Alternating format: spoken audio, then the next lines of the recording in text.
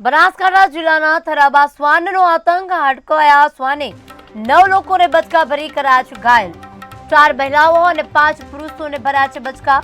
ઇજાગ્રસ્તોને Thara referral hospital ખાતે ખસેડાયા છે। થરાના ઉગમણાવાસ વિસ્તારની આ ઘટના સામે આવી છે, જેમાં આખરે શ્વાનનું મોત થતા લોકોએ રાહતનો શ્વાસ લીધો હતો। 5 લોકોને ઈજા પહોંચાડી છે શ્વાને। શ્વાનનો આતંક બનાસકાંઠામાં દેખાઈ રહ્યો છે। બનાસકાંઠા જિલ્લાના થરામાં શ્વાનનો આતંક હડકાયા શ્વાને 9 લોકોને બચકા ભર્યા અને આ સાથે તેમને ઘાયલ કર્યા છે। 4 મહિલાઓ અને 5 પુરુષોને બચકા ભર્યા હતા। ઇજાગ્રસ્તોને થરા રેફરલ હોસ્પિટલ ખાતે ખસેડાયા છે। થરાના ઉગમણાવાસ વિસ્તારની આ ઘટના સામે આવી છે। આખરે શ્વાનનું મોત થતા લોકોએ લીધો હતો રાહતનો શ્વાસ। હડકાયા શ્વાને અનેક લોકોને ઘાયલ કર્યા છે, જેમાં ઘાયલ થતા તેઓ સારવાર માટે હોસ્પિટલ ખસેડાયા હતા। અંતે શ્વાને થરાબા ઉગમણાવાસ વિસ્તારની આ ઘટના છે। આખરે શ્વાને મોત થતા લોકોએ લીધો તો રાહતનો શ્વાસ। શ્વાનનું મોત થઈ ગયું છે। મહત્વનું છે કે પહેલા આટલા લોકોને ઘાયલ કર્યા છે, જેઓ હાલ હોસ્પિટલ સારવાર નીચે છે। દીપક સોલંકી ફોનલાઈન પર જોડાઈ ચૂક્યા છે। દીપક, શ્વાને આટલા લોકોને ઘાયલ કર્યા છે, અંતે શ્વાનનું મોત થયું છે, શું છે વધુ વિગત?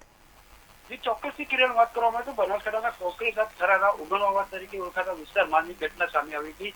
જોકે થરા ગામે હડકાયા શ્વાનનો આતંકથી 9 લોકોને બચકા ભર્યા હતા। જોકે હડકાયા શ્વાને 9 લોકોને બચકા ભરતા લોકોમાં ભયનો માહોલ પણ ફેલાયો હતો। મહત્વની વાત કરવામાં તો શ્વાનના આતંક વધતા થોડા સમય માટે લોકોએ ભયનો માહોલ સર્જાયો હતો, જેમાં શ્વાને 4 મહિલા અને 5 પુરુષોને બચકા ભર્યા હતા। તેમને તમામને ઇલાજ માટે થરા રેફરલ હોસ્પિટલ ખાતે ખસેડવામાં આવ્યા હતા। જી દીપક, જે રીતે શ્વાન હડકવા ઉપડેલો હતો અને તેને લઈને આ શ્વાનનું મોત થયું છે, કારણ કે શ્વાનને હડકવા ઉપડે ત્યારબાદ તેનું મોત થાય, પરંતુ આ લોકોને જે બચકા ભર્યા છે તે લોકોને યોગ્ય સારવાર મળી રહી છે?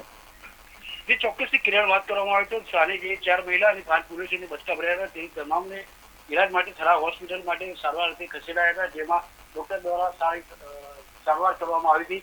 જોકે આખરે શ્વાનનું મોત થતા લોકોએ રાહતનો શ્વાસ લીધો હતો। જી કિરણ। દીપક, સમગ્ર વિગત આપવા બદલ આભાર। બનાસકાંઠા જિલ્લામાં થરાબા શ્વાનનો આતંક હતો અને આતંકમાં જે શ્વાનનું મોત થતા લોકોએ રાહતનો શ્વાસ લીધો હતો।